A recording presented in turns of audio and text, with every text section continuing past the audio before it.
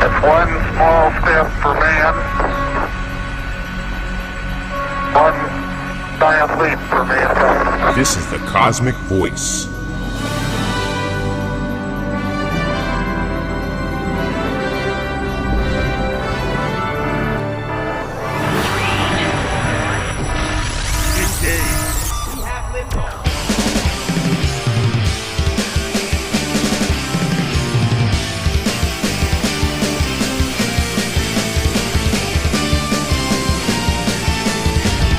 Cosmick Voice. Music, talk, and nothing but business with your hosts, Chris Natalini and Mick Michaels.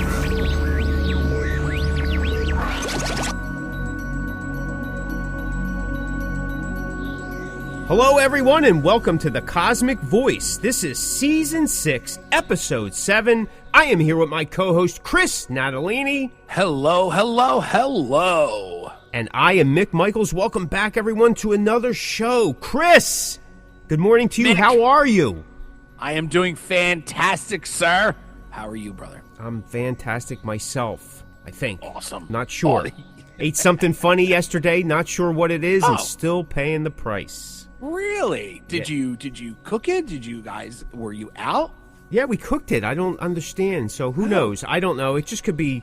Listen, at our age, it's a day-to-day thing, right? It could be the wind blowing and, you have problems. So I'm dealing with it. Oh, that sucks, dude. How do you hear that? At this age, something crawls in and dies, and you never know. Anyway.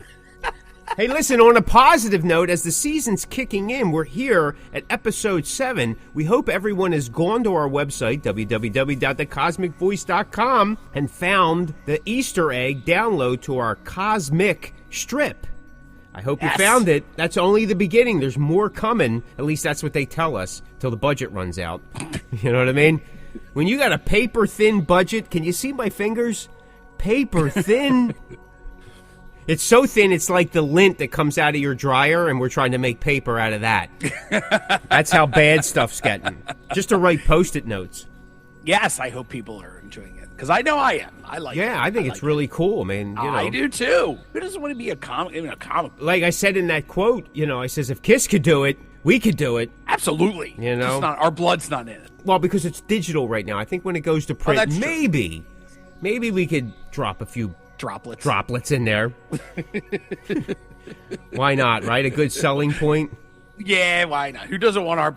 Well, you know what? Like, no offense, but that comic book came out pre-AIDS, pre-COVID, when the world has a problem with everything. So maybe that might not go over well this day. Can you imagine? Oh, I would love for them to do that now and just see what happens. I know. I'm surprised that it hasn't been done again. When they got back together in '96, because a bunch of new comics had come out during that time. Yeah, and I'm especially with the McFarlane toys and all, I'm surprised they didn't do like 20 years later we do it, because that was what, 78 when that comic book came out, the first one. Was it 78? Oh yeah, I guess it would be. Yeah, something like that. Because it was still their height before everything fell apart. Speaking of which, as the holiday season is all whatever, Kiss Meets the Phantom of the Park came out right at that tail end of October back in 78. Everything started trailing down from there. Everybody talks about it. It's a cult classic now because it's so bad it's good. It's something like that.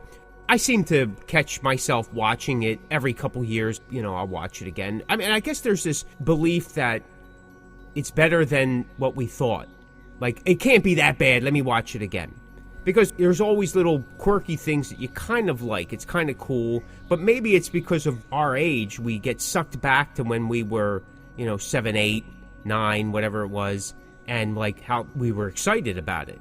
And that's what's in our head. But anyway, going back to that, just the other night, I watched The Wiz. And the funny thing is several months before, my singer and I were talking about it, about how bad it really is.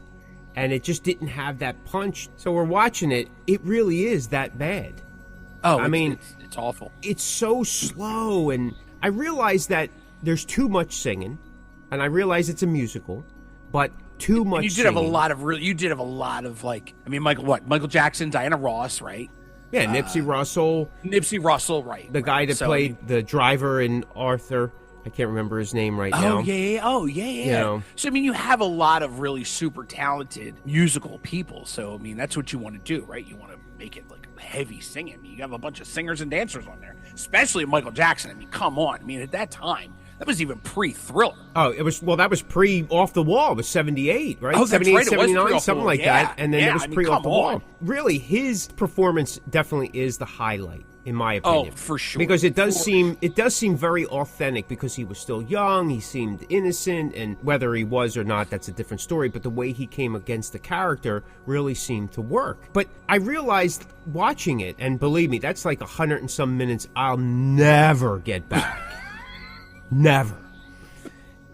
That I realized that there wasn't any music when there wasn't singing or dancing. It was quiet. You know how like sometimes movies will have music in the back, you know, it just helps the scene. It was like dead silent. And because I guess I was watching it differently as opposed to entertainment purposes. I'm like, why is this so tune with it? So yeah.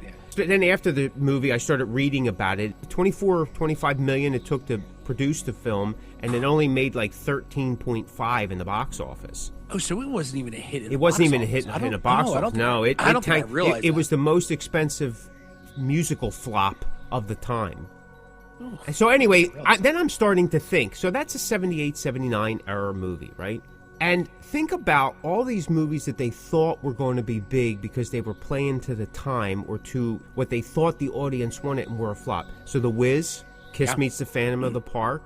Yeah. Xanadu. Oh, yeah. Sgt. Pepper.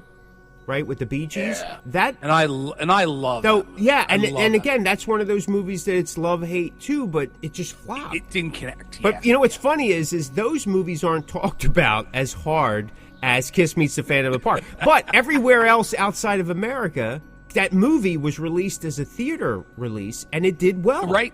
You know, they re-edited some things and they put some different soundtrack in it, but it seemed to do. They retitled it too, right? I think so.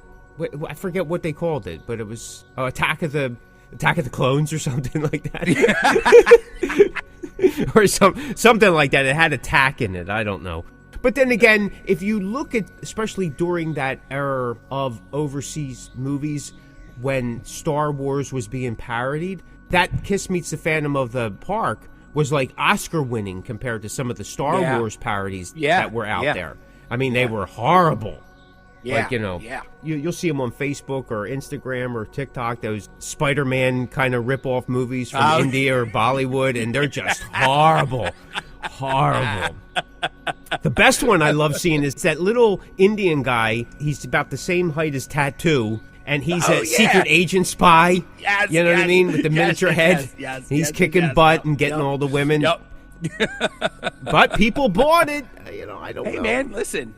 People just want to be entertained. My thinking was it must have been that time frame, and all those movies were made similar.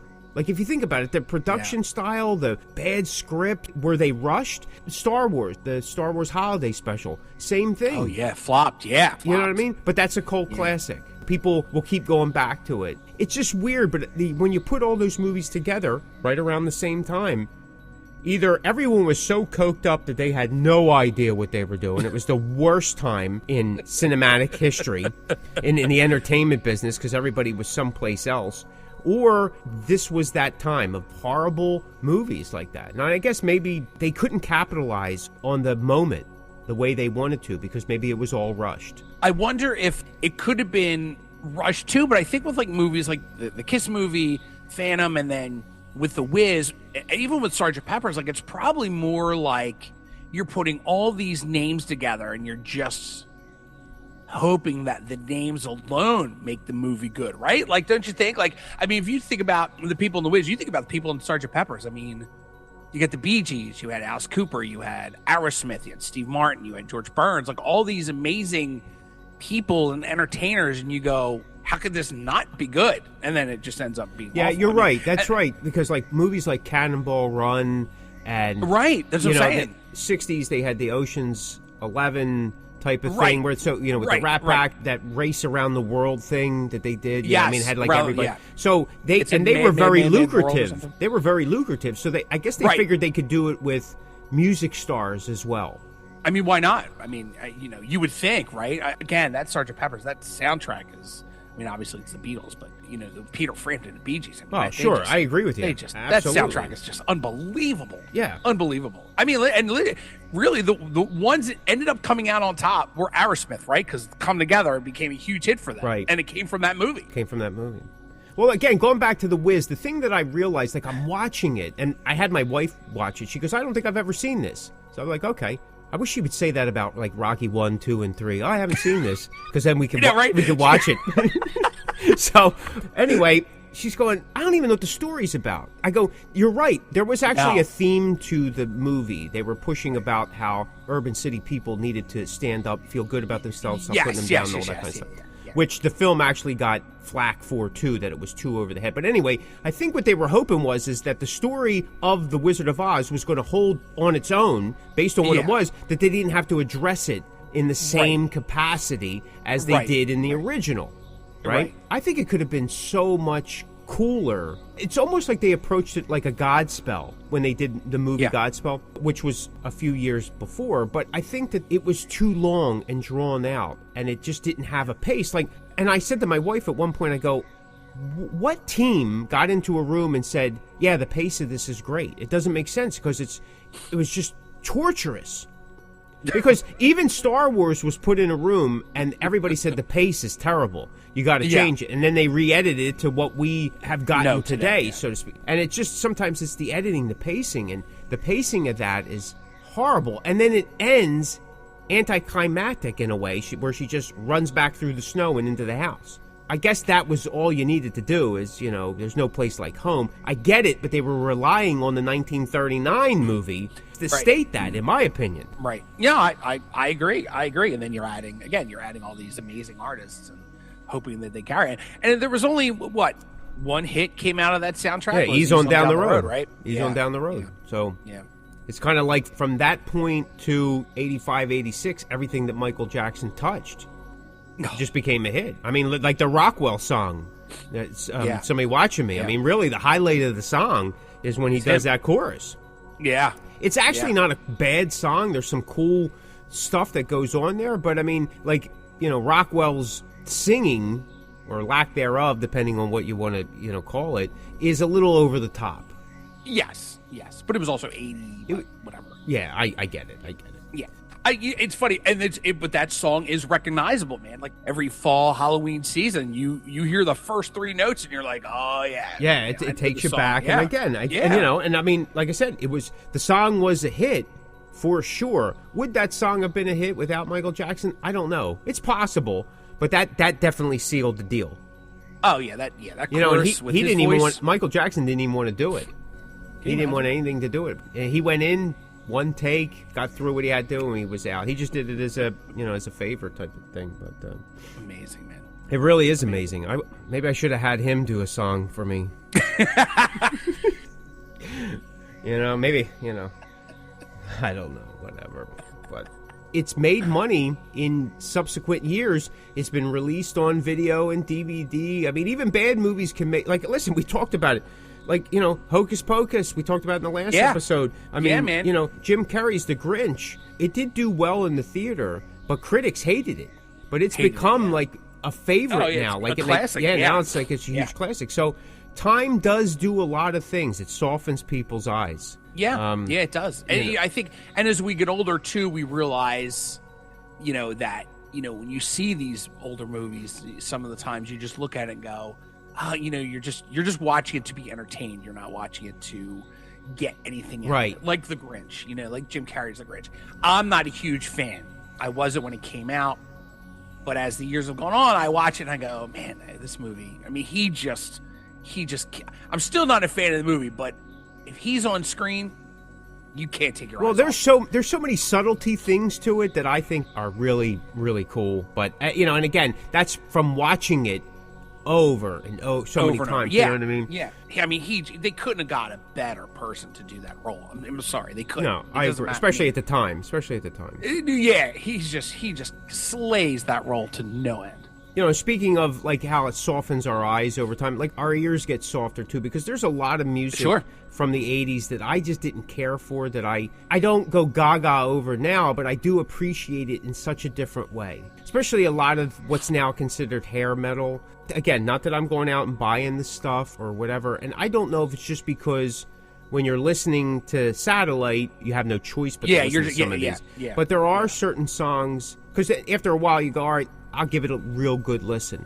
And you start hearing things that maybe you didn't hear before, and you can appreciate it. Like Winger is definitely one of them. There were some songs that I liked Winger back then, but I just couldn't grab onto the same thing at the time.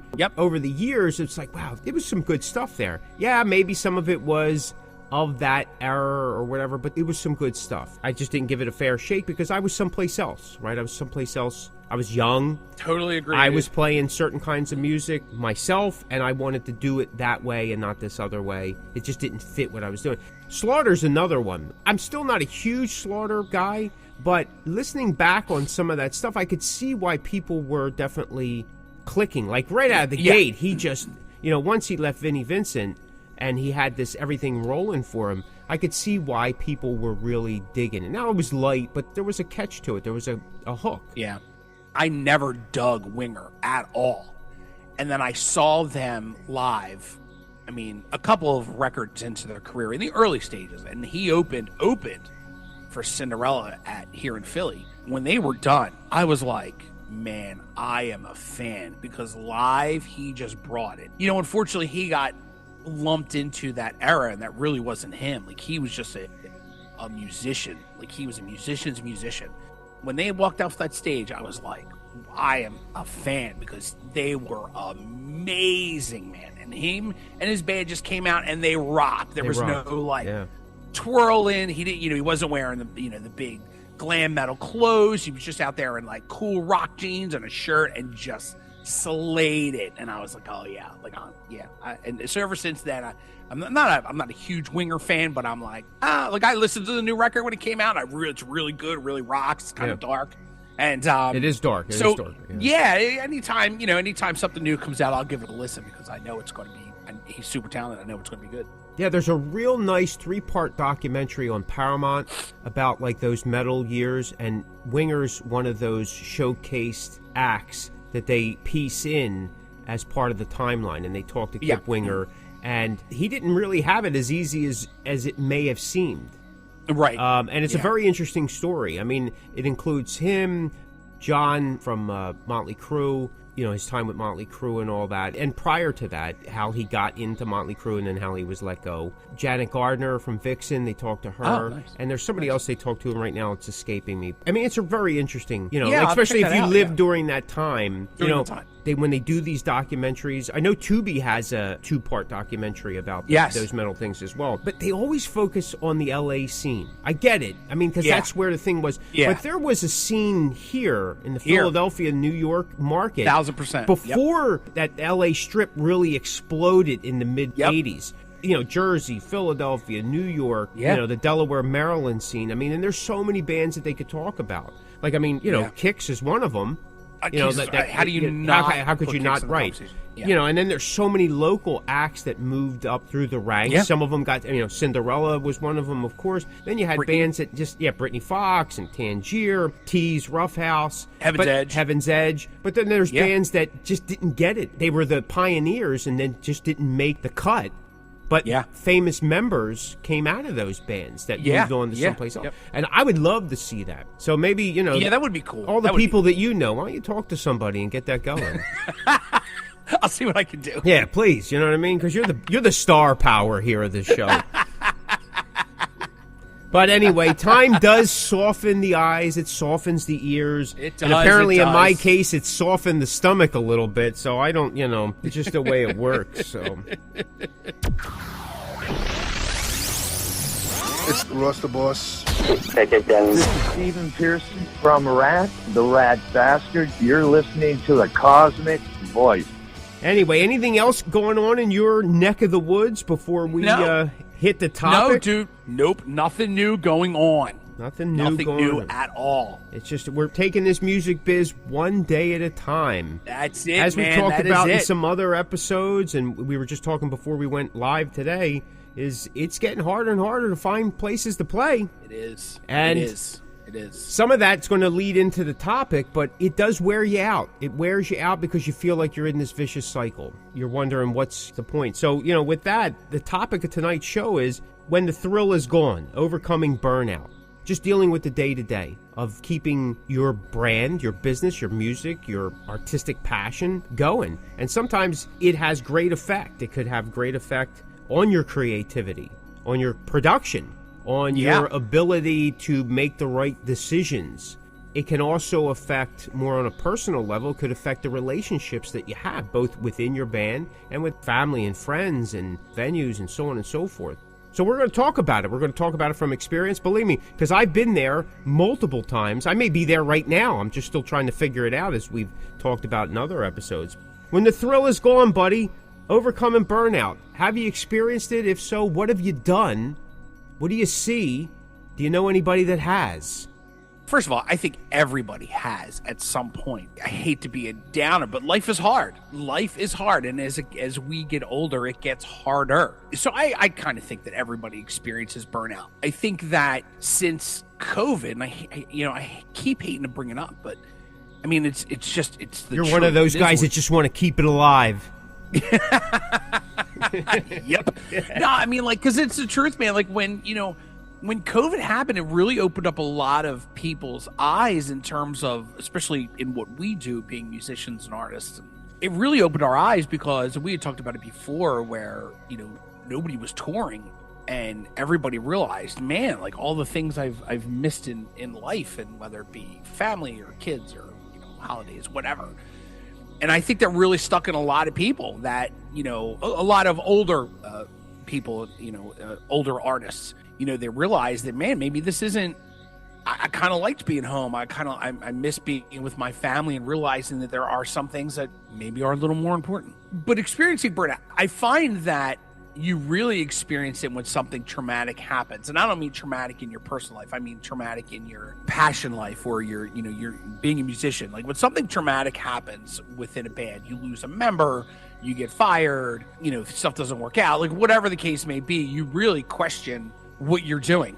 And burnout is a common thing. I believe it's a common thing. And you either succumb to it and you just hang it up, or you just kind of fight through it, right? The only way out is through, as they say. So if you're experiencing burnout, you have to really kind of look at yourself in the mirror and say, why am I burnout? What is bringing me this burnout? What is the reason? Is it because, and you and I have experienced this in the past 6 months or so, is it because this person exited the band? Is it because there's no places to play, or it's getting harder to play, or there's less money? There was never money, but now there's less money, or things are so expensive now I can't get merch made. And if you experience burnout and you don't succumb to it, or you don't go, you know what, this just isn't worth it to me, then you just got to come up with other plans, other ways to do things. Perfect example, I was talking to a friend of mine the other night, and they became friendly with this musician Sam Grow, and he comes out of Nashville, and I've never heard of the man. So he has a full band. He's done a couple tours. He's a country artist. So what he started to do was really interesting. He started to do these, they're called backyard bonfire gigs. And you would hire him to go to your house, and you pay him, of course. And he drives your house with just him and a guitar player and his manager, and they bring the sound system, and then he just sits up in your backyard, and he plays, I think he's, hour and a half, whatever it is. He plays originals and he plays covers, and he talks about his originals and how he wrote them. And it's an extra way of him to kind of get away from that burnout of being on the road and touring with a full band. It's just him and two other guys, and instead of him and maybe 6 or 7 guys. And it's hard, there's 6 or 7 personalities. And, he just said he came up with something different. He was like, I'm going to try something different. And that kind of revitalized his way of doing things and his enjoyment in doing it. Because now what he does is he does both. He, during this time of year, he will do these backyard bonfires, and then during the spring, summer, he will travel with his band. So maybe, in that time, he's doing these backyard bonfires, he's looking forward to getting back out on the road with his band. And then when he's back out on the road with his band, he's going, oh, I can't wait till this season so I could start these, bonfire backyard shows.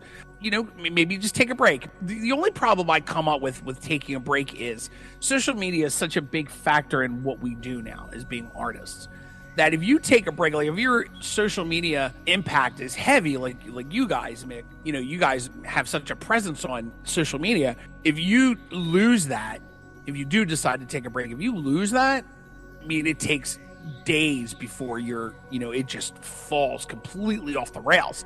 And then you work double hard to get it back. And then that could cause burnout because you're like, oh my God, I'm not reaching the people that I used to reach only because I took a break. But that's just where we are in this industry nowadays, right? It's all about being social media and our presence. So, if you decide to take a break, you have to come up with a plan. If you take a break, but if you plan on coming back, then what are you going to do for your social media to keep it going, to keep it in people's faces so they don't forget about you? I say the same thing.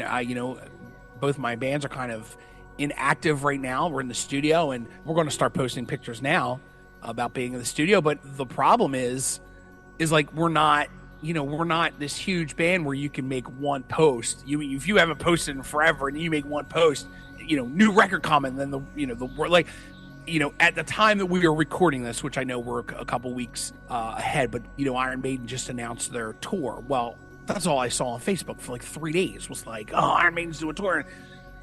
So, unfortunately, we don't have that kind of power, right, on social media. So if you're going to take a break and social media is something that you really care about, then you have to come up with a plan to go, how do I keep my name or the band's name in people's faces so they don't forget about us until my break is over? So that's another thing you have to think about when it comes to burnout, if you're going to take a break. If it's not anything you care about, then that's okay. Then you can just take a break and just hit it when you come back, and then you're just going to have to work a little harder, which that's not a bad thing either, because maybe by then you'll have a new, fresh mind and how to think things a little differently. But burnout's dangerous. I found myself, anytime I've been burnt out, and I have been, I'm not going to lie, I have been very few times, I just keep pushing. I just keep going. I try not to dwell on it, as you know, and you and I have both had a really crummy end of summer 6 months, and you and I have had a lot of stuff happen to us on a professional level. As many times that I've gone, God, do I want to do this anymore? Like, it's so frustrating. And now with, like we had said earlier in the show about getting gigs, and it's just so hard now. I just go, yeah, I love what I do. I'm getting older. I don't know how much longer I want to do this, so I want to try to ride it out as long as I can. So I just kind of keep pushing through, man. I just kind of keep kind of like work. If you have a job you don't like, you still keep going to it, because you have to, right? Work, you got to pay your bills. That's just kind of how I look at it. I go, all right, well, I'm just going to keep going. I'm going to show up for rehearsal. I'm going to show up for the studio, and I'm going to try to book gigs and take the gigs when I can. And, if something comes across my desk, then, we'll do what we can. And you just got to kind of keep pushing through, man. And eventually I find that anytime I've ever been burnt out, if I just keep pushing, I'll know I'll get through on the other end. And then something cool will happen. And I go, okay, man, thank God I didn't quit. It's simple for me, even if it's just a good rehearsal. If I just show up and we're rehearsing and everybody's on point and everybody's having a good time and everybody's in a good mood, I go, okay. Like, I leave rehearsal and I go, okay, like, that was cool. That will get me through to the next step, whether it's the next rehearsal, studio session, next show, like whatever.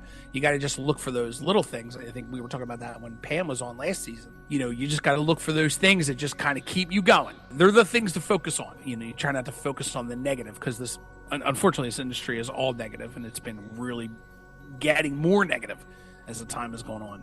So I just kind of keep pushing through, man. You just got to, if this is what you want, this is your passion, it's as simple as just pushing through.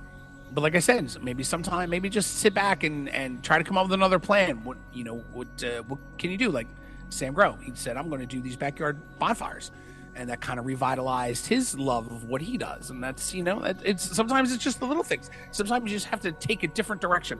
Sit back and just take an outside look on it and go, what can I do differently that's going to keep that fire going? It may be a little fire, but even if it's a little fire, if it keeps you going, then you're on the right track. If this is what you want to do, that's the first thing you have to decide if it's what you want to do. But if it is what you want to do, then you just got to figure out how to get you to that next step. Just like life. Sometimes life throws you things and you just go, how do I just get to the next day? Just get to the next day. Just get to the next rehearsal, get to the next show, and it'll eventually just kind of work itself out. Always does. Always does. Yeah, I agree. You know, you had said that, well, one, during COVID, a lot of people realized that maybe there was more to this than just what they're doing, right? And though this may sound obvious, sometimes we don't know something's wrong until something happens. Yeah. Because we're hyper-focused. And we've talked about this in other episodes. As artists, as creators, we do get hyper-focused at times. Like, you'll miss things that are going on around you because of what you're trying to do, what you're trying to accomplish. Sometimes we get tunnel vision. There's good and bad to that, of course. And that's when things can go awry. Yes. So we hit these milestones, and usually when you use the word milestone, that means it's usually something of a positive nature. But it could be looked at as like a milestone, is like it's a wake-up call, right? And again, with COVID, I personally realized that there were things that I had been focusing on that weren't as important. Listen, it was a wake-up call, and we've talked about this before. The rug was pulled out from everybody. That demonstrated, if nobody picked up on it, how fragile what we do is, then nothing ever will. You're allowing your ego to dictate too much, because it was pulled out from under us. We couldn't play. A lot of people couldn't record. A lot of bands and artists just shut down. A lot of them just didn't come back. Right. There's a lot of bands. They're gone. It's a whole new crop of people. Us old heads that are still around, everybody's gotten real territorial. They're holding on as much as they can, right? Yep. I've experienced, and I talked about it in some of the previous episodes, that like I've gotten to a point, like I'm saying, well, what's the point now? Like, what am I trying to accomplish? Like, what's the goal? The goal's changed. The goal before COVID was one thing, and it was kind of working. But like I said, when COVID hit, I realized there was things I probably could have gotten to my goals a lot sooner if I didn't focus on these things that COVID taught me were a waste of time. But everybody was doing the same thing. Yeah. So no matter how experienced you are, sometimes following the flow of traffic is the way that everybody goes, because otherwise you get knocked out and you're trying to keep status quo, right? The goal for most of us is to keep moving, right? It's longevity. Yeah. Then once COVID started to lighten up, the goal was, I got to get back out there and I got to rebuild everything that I kind of just lost. And that was the goal and the focus. And once that was achieved, things kept changing. Things were different. You know, they weren't the same, of course. And the same tactics weren't working. One, because people weren't there anymore.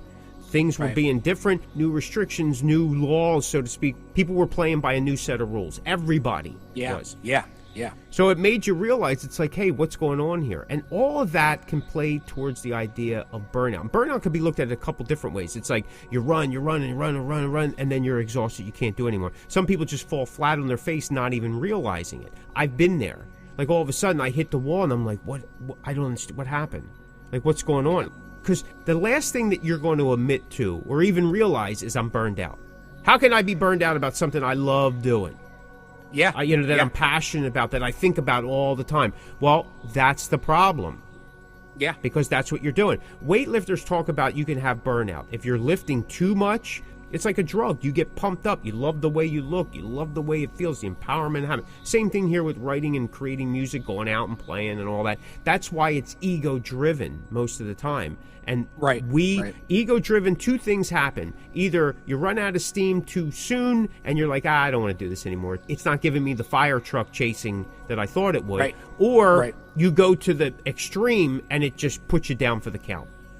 You know, people have nervous breakdowns, they shut down, they lose their creativity, writers go into blocks. And I've been there. I've experienced it. Like I said, maybe I'm going through it right now to some degree because the model is changing, and I'm not quite sure what that is, because I'm an artist of a certain age, and I don't use that as an excuse. There is some pluses to it, especially when you see the young scene out there, but there's also some negatives to it when you see the young scene out there. I played with a band a few months ago that I brought onto the bill because we played with them earlier during the summer on a string of shows. I thought they were phenomenal. Definitely way younger than me, had a fresh take on stuff. I wanted to be on bills with them because I enjoy that. And I felt that other people would enjoy it too. And I'm watching them and I'm like, this is the energy this is what the newer bands are about. They should be, Yeah. right? And Yeah. not everybody's like that, but it's those 1 in a million, right? That happen. They're the ones, and I could see this band going great places. That's how I personally feel. Am I right? I don't know, but I'm telling you what it did for me as I'm watching them. I'm saying this is where things are going with this new scene. How does an aging artist compete with that? There's certain things, and we talked about this too, there's certain things that aging artists can't do that younger bands can do. And that all could lead to burnout. So like I said, I'm dealing with trying to change this model so it's more effective and it relates more to what I want at this stage, which is different than, somebody else. But that burnout, man, sometimes, like I said, you don't know that there's a problem until something happens. And I know that sounds obvious, but it's kind of like when a member leaves. It makes you look at things differently. Like, lawyers will tell you every time a major event happens in your life, you should pull out your will and go over it. Yep. Whether that major event happened to you or to someone you know, it's an alarm to say, let me reevaluate and take stock in what I have and where I want things to be going. So it's the same thing here with the music. I think that if we take, and this is something that I've learned, and COVID unfortunately taught me this, you get rid of the things that you quickly realize aren't as important, that don't matter as much. You may still have to do them, but you don't have to spend as much time with them. That's number one. Right. Start eliminating things that are like whatever. If there's stressors that every time you're doing it, you're getting the same feeling, that can lead to burnout because you're going to dislike everything that build up to that, including what it is you actually want to do. So you either eliminate it, completely change it, or have somebody else do it that may not be as effective. Then that allows you to focus on the things that definitely resonate with you, that you can push to successful levels.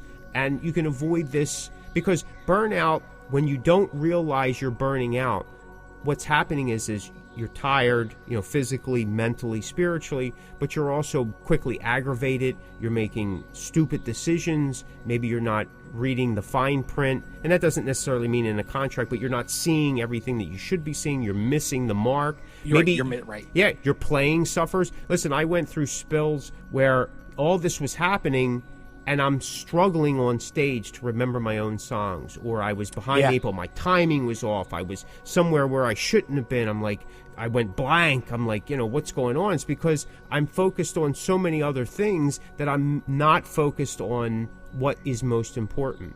And I made a decision a couple years back that no matter what, at the end of the day, it's about the music that we play. All this other crap is just, that's exactly what it is. And resentment starts setting in. And you may find that you start resenting people that you shouldn't be resenting. Unfortunately, like a bad marriage, sometimes you blame the other person for some of your own shortcomings. Yeah, true.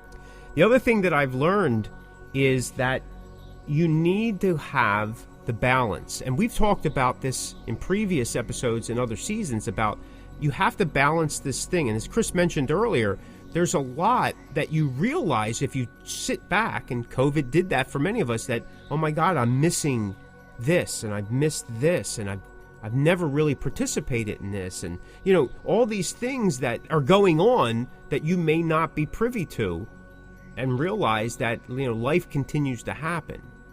And if you realize that this isn't the only aspect of life, that there's so much more, you can find the balance that maybe you need. Maybe you need not necessarily another passion, but some other interests, some other distractions, good distractions, not bad distractions, but maybe working out, maybe eating better, maybe taking long walks, maybe reading, maybe studying a new subject that has nothing to do with music or creativity in those fashions, joining a group, playing games, I don't know, whatever. It could be anything that you want to do, but something that's not necessarily music related if you're trying to avoid burnout. Because what happens is, as an example for myself, you play in a band, you're doing it live, you're writing and recording music, but then you want a distraction, so you start producing other bands, you start writing for other bands.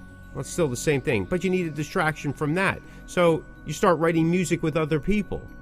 and you're producing that, but then you need a distraction from that. So you start a podcast on music business, and then you need a distraction from that, right?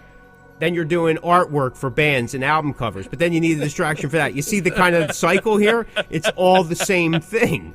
So, it's time to go get a different distraction that doesn't have music involved in it one way or the other.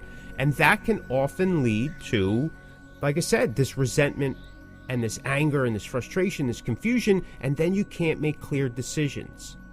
Yeah. Is that my problem right now? No, I'm not 100% sure that that's it. Though there's been a lot of the burnout that's happened, and I've resented my bandmates.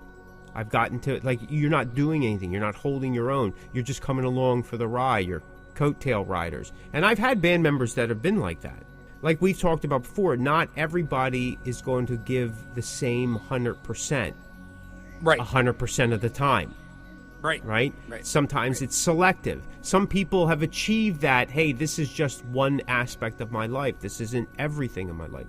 So that also helps with, if you get that type of balance, you can avoid burnout. Burnout is more common than most people realize. Some guys avoid burnout by changing bands every 6 months. But what happens is because they never make a true commitment. That's a whole nother thing that we could get down to. Again, to me, that's fire truck chasing. You go where you think the excitement is, and as soon as it runs out, you move on. Well, maybe they're happier people. I don't know. It's possible. But for the things that I've always wanted to achieve, commitment to, and I think you feel the same way, commitment to the process and to the overall journey is definitely key. Yeah. Again, I think my frustrations right now is because the model has changed, the industry has changed so much that I'm trying to find my point and purpose for what is going on, especially for the band that I'm in, because we're over the 10-year mark. And I've discussed this before, both privately and with other people. If you're still an indie in the trench band after 10 years, you have to change your model because, listen, to be honest, the big stardom thing is probably never going to happen. But you have to mold the new model, the fit, even though you may not want to use that word, the niche that you're now in, because you're in that 10-year plus indie in the trench band niche. And it's a core group of people that support you. So that's what becomes most important. Not to say that reaching new fans isn't important. It is, but I'm not going to make the same impact as I did if I was a band that was fresh on the market, because people have a tendency to kind of already lump you in as one way or the other. They have a thinking. Keep in mind, this is the important thing, so that you don't say, oh, he's just, whatever. But the thing is the music's always new to somebody. That's why still building a newer audience is important, but you cannot forego the core audience. No, because once you reach that 10-plus year thing, you definitely have a niche. There's a core. You can't get 10 years plus in if you didn't build a core audience. Yeah, agree. They're not going to give you the money that Metallica makes or Taylor Swift, but is that what it's about at this point? No. Right? So now you're doing it because there is a love of what you're doing. You're making music that you like, and that niche audience that kind of resonates to what you likes as well. So if you put a lot of that stuff into perspective, you can avoid or mitigate the amount of burnout. And like Chris said early on, we all experience, and sooner or later, there's a level of burnout. It depends on how aware you are. If you recognize it sooner, you can cut to the chase very quickly and get rid of it and build something new. If you're so hyper-focused, tunnel vision's got you locked in, you may not realize it until years later. And you're like, why hasn't everything, and then you're angry and miserable and you're doing bad posts all the time and stuff like that. So, you have to create this checks and balance system. You are listening to the Cosmick Voice with your hosts, Chris Natalini and Mick Michaels. On a side note, I'll be honest with you. If you're locked into social media, and as Chris pointed out, we do keep social media active for this band and for the brand as much as we can. I hate social media, and I'm not afraid to say it. I don't think it's going to turn people off one way or the other. I've never liked it. I can't stand it. I'm not that kind of person. But I realize it's the beast that we have to keep using because that's what you're getting the most traction from, even though you're not really getting the traction you think you're getting. Yeah. Right? Yeah. Because if you stopped all social media, tell me in this day and age what happens next. Right. It's very difficult because venues and other bands and distributors and all those people that are involved in the work look at social media. So if you don't have social media, even in the smallest amount, where do you send people? Nobody's coming to showcases anymore. No. You can't go, hey, I'm playing this local bar, you come check me out if you like me. Yeah, they're going to be like, yeah, okay. All right, sure. Yeah, send me something online. Send me something online, or what's your Facebook thing? Let me check this out.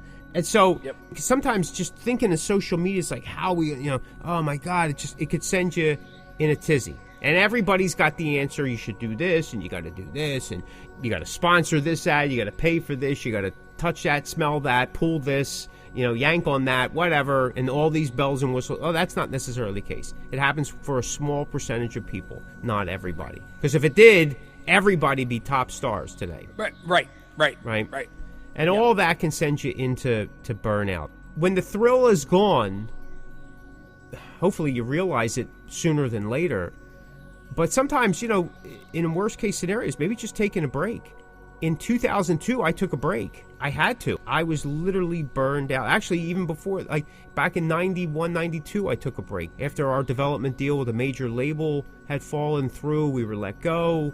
And I was so bummed out. I was like, that was it. There was the whole band was in a downward spiral. We weren't even talking to each other anymore. I think we did, shortly after that, we did one more show. Nobody talked to each other before the show, after the show, and that was it. And I was like, well, maybe I need some time off. And I did. Took about a year and a half or so off, and then I got into another band, and, I did that for a number of years. And by 2002, I was burned out again. I was just, pushing. I took a couple of years off this time. I needed it. And then I came back and I felt refreshed, and I had this plan of action. I applied different techniques that I learned in other parts of my life, and and I had a better focus, and I had a better balance. But even in that time, in the 14 years, you can lose that sight of that because the industry's changed so much. So much. You know what I mean? So much. And over the last 5 years, there's been so many major shakeups. You're trying to keep up, and it's tiring. And listen, with us, we're older. There's more responsibility on other aspects of our life. So the balance, it works in the negative sometimes. So find that balance if you can. And I know, like I said, we've talked about this before.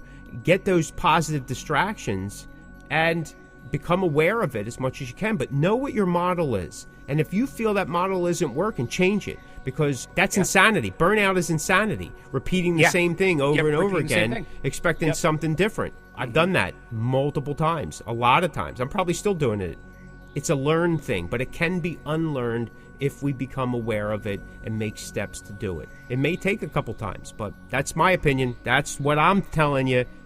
Right, wrong, or indifferent, Chris? No, I agree, brother. I think that the one thing I was thinking about when you were talking was, you had mentioned about losing band members, and that's a tough one, man. That is such a downer, right? When you lose somebody, unless that person's, well, even the person's a problem. Like, just learn, because you got to start from scratch. I think the one thing that has always kept me going when it comes to losing band members is the feeling of when you get a new band member. And if it works and clicks, man, that person just brings a whole new life in the band. Then you become excited again, and then that kind of refuels your passion. It kind of defeats that burnout. So with me, like I said before, the only way out is through, man. Just keep, unless you are literally just look at yourself in the mirror and go, I cannot do this any longer. I need a break, and that's okay too, because we talk a lot about mental health nowadays, and we had Pam on, like I said, the last season, and she talked a lot about mental health, and mental health is a real thing, and it's the thing that we're dealing with now, where it's more open, people talk about it more. And if you feel that way, then it's totally okay and understandable to just give yourself some time. But if you don't want to give yourself some time, then just keep going, just keep fighting, and you'll get through it. There's always going to be another side. And that's it, man. That's my advice. Just keep on moving. Yeah, do what David Coverdale does. Fire the band, get a new one. Fire the band, get a new one. Right? Fire the band, get a new one. Now that he's not touring, he's remastered or remixing all the older stuff. That's right. That's right. So that's it, man. Find that balance. Pushing through is not a bad thing either. Sometimes you just need to knock off the dust, pull up the bootstraps. But if you're finding that you're getting unhealthy, like literally, physically, mentally, spiritually, then you maybe, like Chris said, stop for a second. Stop for a day. Stop for 2 days. Stop for a week. Stop for a month. Whatever it is, because if you're not in good position to do stuff, no matter what you do, it's not going to be. It's not going to be worth it. So you're most important. 100% right. 100% right. You got anything else you'd like to add? No, man, I think that's it, dude. Thank you very much. All right, thank you. If you like that episode, check out some of our other episodes at www.thecosmickvoice.com. Step into the Cosmickverse and fill that void. Thanks so much for listening. This is the Cosmick Voice. Be sure to check us out at thecosmickvoice.com. Like and follow us on Facebook at The Cosmick Voice. You can find The Cosmick Voice everywhere you listen to online podcasts, like Deezer, Google Podcasts, Apple Podcasts, Spotify, Anchor, Stitcher, and so many more. All right, folks, that's going to do it for us. If you're hearing this message, you've listened to the entire episode. And for that, Mick and I would like to thank you from the bottom of our hearts. And we hope you enjoyed this new episode. And if you did, please leave us a review on Apple Podcasts and Spotify. Also, feel free to let us know what topics you'd like to see covered in future episodes of The Cosmick Voice. And you can get in touch with us through thecosmickvoice.com and, of course, all of the Cosmick Voice social medias. Take care and be safe. You're listening to the Cosmick Voice. Music, talk, and nothing but business.